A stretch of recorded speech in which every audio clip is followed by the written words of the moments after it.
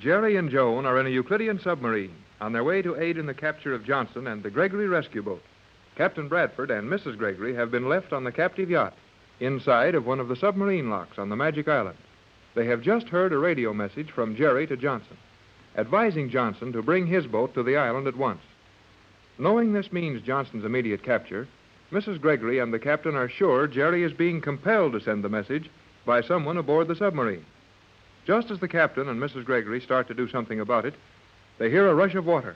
Captain Bradford runs out on the yacht deck and sees water pouring into the lock. Hurry up, Pat. Get out here quick. We've got to leave this boat. What's the matter, Tex? That water rushing. Is it... The lock gate's broken. Yeah, our only chance to is to find in this yacht and run up that ramp to the inside chambers of the island. Oh, but this boat will be ruined and all our equipment's on board. Can't help it, dear. Come on. This place will be flooded in a few minutes the rate that water's coming in. But I don't see how it happened. That gate doesn't look... Never mind how the gate looks, Pat. Come on. We've got to get out of here. All right, Tex. Do we have to walk on this narrow little rock ledge here? We do, and be glad to get it. Come on. This noiseless paint on everything. I'm getting as bad as Jerry. I could only hear some noise when I walk. Yes, well, at least Jerry and Joan are better off than we are now. They're underwater, but they're in a boat that was made to be there. Right here, Tex, was where the door opened when G-47 came through it. It won't be so simple for us to open one. No, I think it was further back up this ramp. No, Tex, I was watching as he went back out the door. And that light, that bracket on the wall, was on the other side of him. Well, hold on, then. You mean that as you looked up here from the deck of the yacht, G-47 was between you and this light? Yes, I'm sure of it. He made such a weird figure as he stood silhouetted against that light. And the door is near here somewhere. We'd better not be too long finding it. The rate the water's rising. We can try pushing on this wall. Right here, I think. No good. Things on this island don't work automatically. They don't work at all.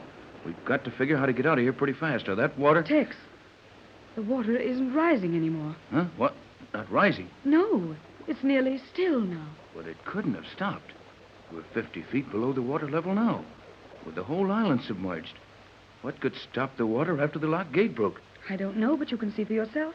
The roofs of the cabins haven't touched the top of the lock yet, and they were only a few feet below it to start with. Right, Pat. Only about 2 or 3 feet of water came into the lock when the gate broke, and... That's funny. I wonder... What, Tex? That's it. The island is rising again. That lock gate must be up to the water level now. Come on, let's go back down on the deck where we can take a look at it. But why isn't the light showing through the broken gate if we're above water? Because it's a couple of hours yet until daylight. Come on, we'll go back down and have a look at that gate. All right. Like Jerry, I'm glad to hear our shoes make some noise. Sounds like home, all right. Now, come on up the stern, Pat. Captain. Oh, there's the skipper, Tex. I thought he and the engineer had been taken to one of the cells on the island. Well, he's here now. He didn't try to get out of this thing like we did. Something funny here. Yes, Skipper? What is it? Gates. We saw the gate breaking. No. But we did, Skipper. The gate broke and the water rushed in. No. That gate didn't break? No. Well, what happened then? Opened. The gate opened? So, it wasn't an accident then. Our dear friend G-47 must have decided we'd been around here long enough. Not that, Tex. If someone had tried to drown us, the water wouldn't have stopped as it did. How about it, Skipper? You seem to have kept your head and found out a few things. What stopped the water? Gate. The gate was closed again? But there must be some idea back of all this. These Euclideans are too busy now with the fleet of battleships playing around overhead and Jerry and Joan out in one of their submarines. No, it doesn't make sense for them to stop and fool with these lock gates. Come. Skipper's got something to show us. When we sign him on for the next cruise, it's going to be in his articles that he add a few more words to his vocabulary. Guessing what he means is getting on my nerves. Oh, steady, Pat, now. Skipper's all right. Maybe he doesn't talk much because he hears the rest of us talk too much. Look. Tex, the skipper's right. The gate hasn't been broken at all. That's plain enough, but why was the water turned in here? Look. Where? There. Down in the water? I can't see much. Dark down there. Got a flashlight, Skipper? Here. Thanks. Now, then we'll have a look. Well, I can't see anything down there. There. Oh, Tex, I see it. It's a fish, a big one. Silver-colored. Peculiar shape, isn't it? Biggest fish shaped like that I ever saw. What is it, Skipper? Torpedo. What? Torpedo. Torpedo, eh? Aye. Then we're on the wrong boat. That thing's going to go off when it jars against this yacht. Dud. You mean the torpedo is dead? It won't go off? I'm beginning to see this thing now. Skipper, did you see that torpedo come in here? Was it an accident? Nope. But how could a torpedo be brought in here? Magnetism. Oh, then the Euclideans knew just what was going on. Of course. I don't know why, but I can guess who. G47. Precisely. Oh, you startled me, coming out of the wall like that. So you tried a little experiment on us, eh? You were not considered. I'll say we weren't. We might have been drowned. That would have been no loss to me. But your destruction has no value in this plan. I merely wanted this torpedo, a stray shot from the fleet overhead. You used your magnets to pull this torpedo in here after it was shot in target practice? Precisely. I wanted to examine this type of projectile. I will send my assistants for it. You may follow me if you care to see what is happening in the submarine. Tex, we can go and see what Jerry and Joan are doing. Yeah, we'll take him up on that. See you later, Skipper. Aye. Why, there's a door in this wall within arm's length. Now, here, step over the rail carefully, Pat. You'd better hurry and not get too far behind old G47. Might get lost.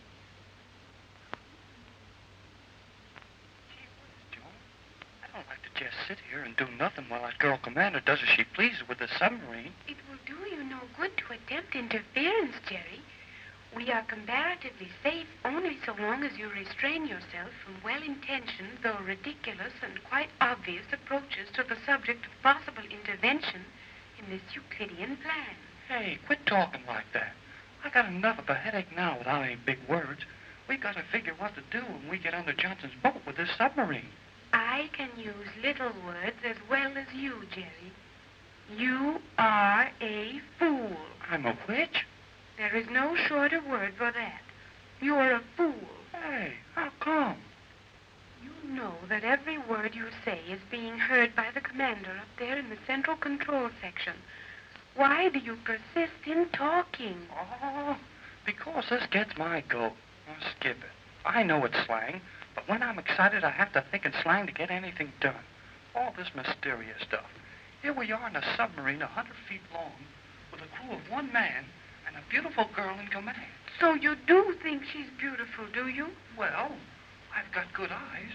Even if she is a Euclidean, she's a peach. A peach? Jerry, she is not a peach. Enough of this ridiculous discussion. Silence, both of you. I wish the communication channels clear. I'm sorry, Commander. Okay. Now, Jerry, you must sit quietly and say nothing more until given permission. I warned you that our conversation could be heard all over the boat. And is all that really coming from a submarine, G47? Precisely. We could hear them as plainly as if they were in this room. Yet they weren't deliberately using a microphone. On Euclidia, we have ways of hearing anything we wish to hear. Yes, I believe it. Well, as long as that girl Skipper won't let the kids talk, there's nothing of interest for us to hear. Let's go back to the yacht, Pat. Yes, even though it's helpless in a lock under 50 feet of water, I feel more comfortable there than here. Well, thanks for the show, G47. Will you excuse us now? No, I will not. Come here. I want you to observe something. You mean look in that prism reflector on your desk? Precisely. What's the use, Tex? You were fooled once by that thing. Yes, well, I might see something anyway. Let's have a look. I will enlarge this image for you. You will be interested in seeing the interior of the submarine from which you just heard. Look. Look. Why, Tex, it's the inside of a submarine. Don't get excited, Pat. We're 8 fathoms below the water level. So is the sub. And they're miles from here. Now, don't let it fool you. But, Tex, look, Jerry and Joan inside the submarine. It's as clear as a photograph of them. Yeah? Well, maybe this look is on a level. Yes, sir. Look. You can even see the expressions on their faces. Jerry doesn't look any too happy, does he? You heard that woman commander tell him to be quiet. That's quite a punishment for Jerry. Commander seems to be busy with the controls. Wonder what's going on. Silence. The commander is about to communicate with me. May we watch the image while you do your stuff? You may, and you will notice the clarity of objects within the submarine, the perfection of the voice reception here. The television engineers in your world are hopelessly behind Euclidia. Watch this, Pat. We're really seeing things now. Commander S1 reporting to G47, 20 miles off Euclidia, course due north, 25 knots, S1. Your progress and course satisfactory, S1. Report on position of battleships near you. Gee whiz, I heard G47. Yes, Jerry, of course. Did you get that, Pat? The kids are hearing G47. Hey, Joan, I heard Captain Bradford. Yes, the captain must be in the communication chamber. And my mother also. Yes, Joan. Mother can hear you, dear. Oh, Jerry, did you hear my mother? Commander, you will take steps to secure silence on board. Correct, G47. I will have silence. Look out, Joan. She's going to use a ray gun. It will be useless to try to avoid it, Jerry. Say, if she hurts those kids... Oh, Tex. Silence. Tex, look at the reflector. Jerry has fallen to the floor of the submarine. I can hear you, Mother. Do not fear for us. We will be... Now, there's no reason for what she's doing to those kids. Silence. There is silence on my command now, G47. Will report on battle fleet. 12 major units are taking part in maneuvers. 4 heavy cruisers doing long-range fire. 4 destroyers acting as enemy scouts.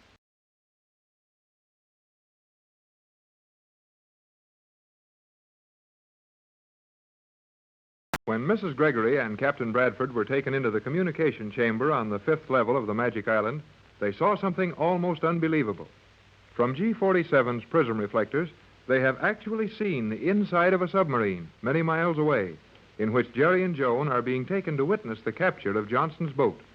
The Euclideans have perfected television, as they have everything else, and Mrs. Gregory and the captain were forced to see and hear everything, as the submarine commander turned her ray guns on Joan and Jerry to silence them.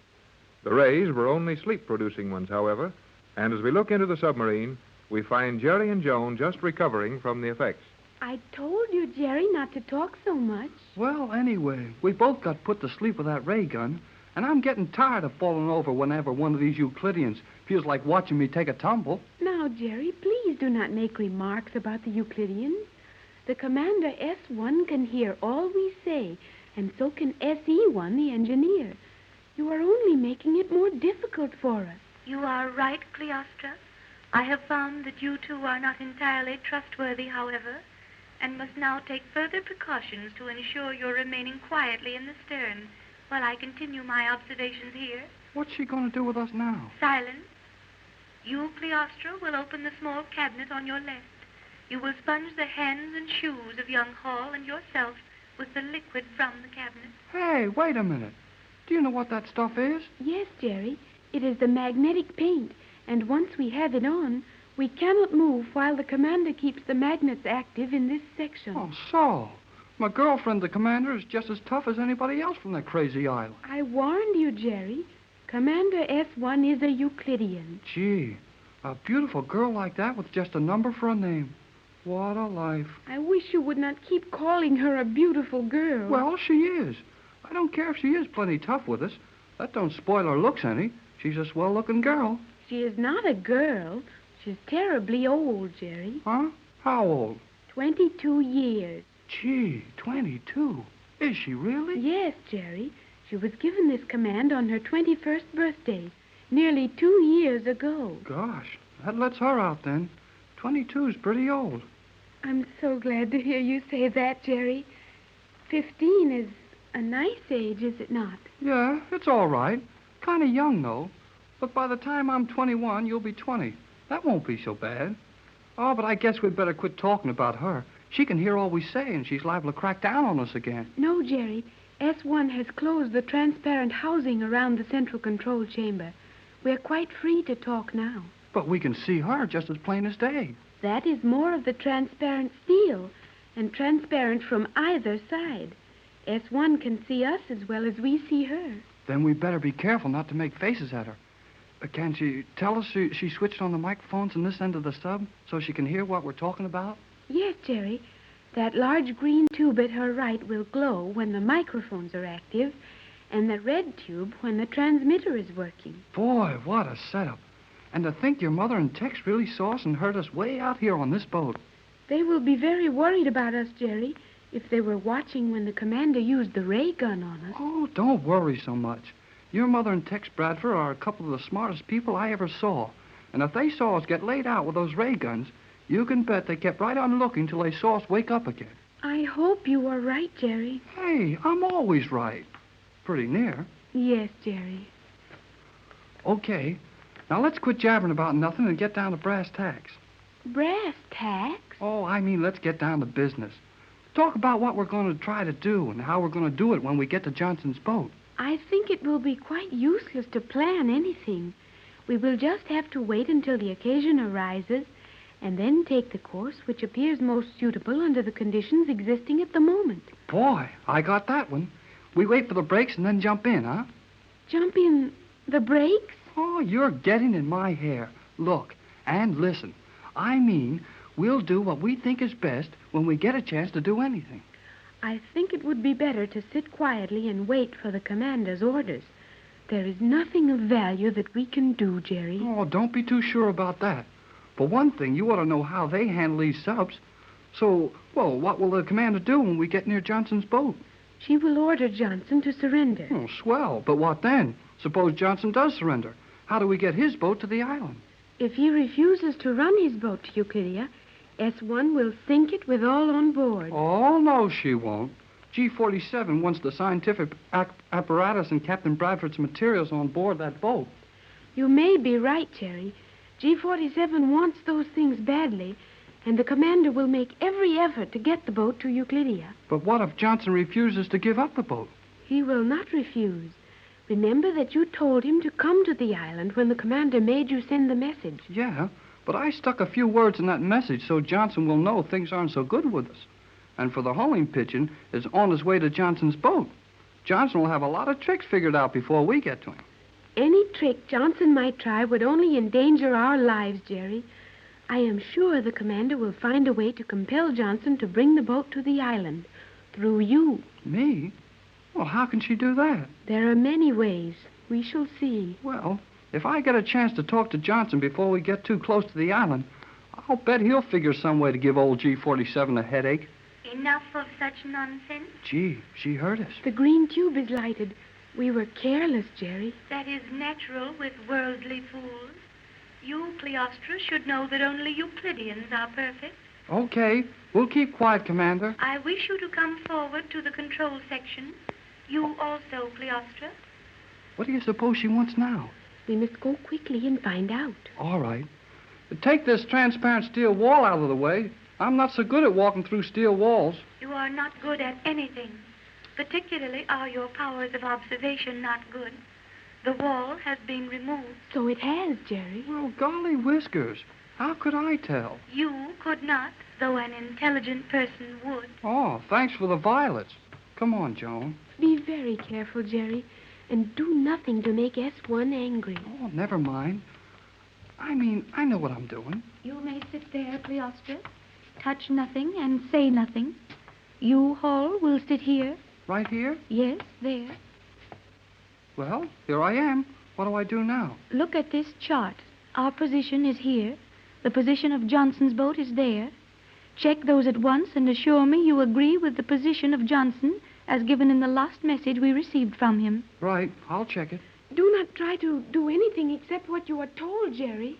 I got it. It's just where Johnson gave his last position. Good. We will now contact Johnson again and get his present position. If my indicators are correct as to the speed with which he is approaching us, he should be at latitude 27 degrees, 29 to 30 minutes south. Gee, how can you tell that? You will notice the needle swaying in this indicator. Yeah? This is recording the increase in volume of the exhaust of Johnson's motors as his boat nears us. His exact speed is the square root of the dial reading on that indicator, the result being in degrees per hour. Jumping catnip. This is sure slick. What do I do now? You will take over this microphone as before, On the red tube glow, raise Johnson and speak to him as if you were on the yacht at the island. Check his exact position. Well, do I go now? You may speak when this red tube glows. Remember your instructions. Reassure Johnson that all is well with your party, but that you need his boat to leave the island with, and ask for his exact position. Ready? Silence, Cleostra. I understand.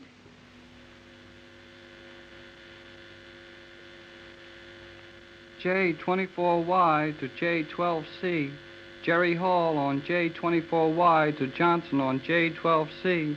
Hello, J12. Hello, J12C. J12C. Hello, J12. Jerry Hall on J24Y. J12C For to Bradford to Johnson. J24Y. Hello, Jerry. Johnson on J12C to Jerry Hall on J24Y.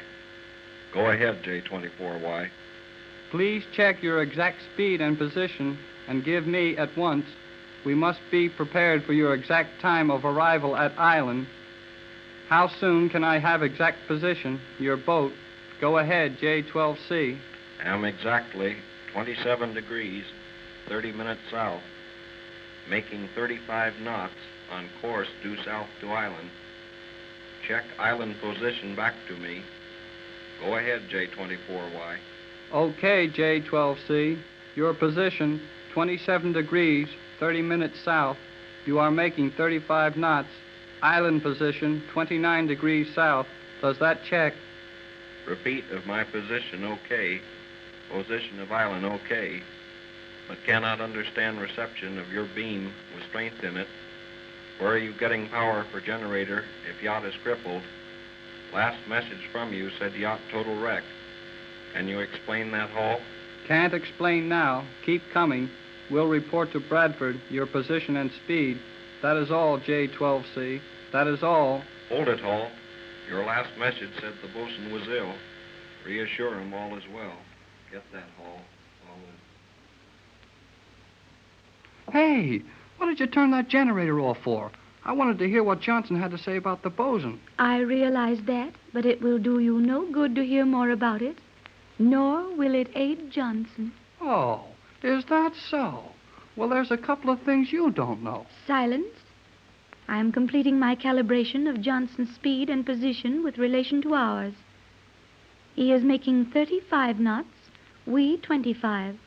His position is 27:30, ours 28:15. We will be directly under Johnson's boat in exactly 45 minutes. You will be free to observe the meeting and the Euclidean method of handling such trifling details. Oh, you may not find it so trifling if Johnson's all set for you. Please be careful, Jerry. Say nothing. I won't have to say anything. Johnson will do all that. If you think you are going to surprise me because that homing pigeon you call the bosun will arrive at Johnson's boat before we do, you underestimate my intelligence. Jerry, she knew about the pigeon. Naturally. And what can Johnson do with the message he will take from the pigeon? Why, gee, I guess he can't do anything with it. Precisely.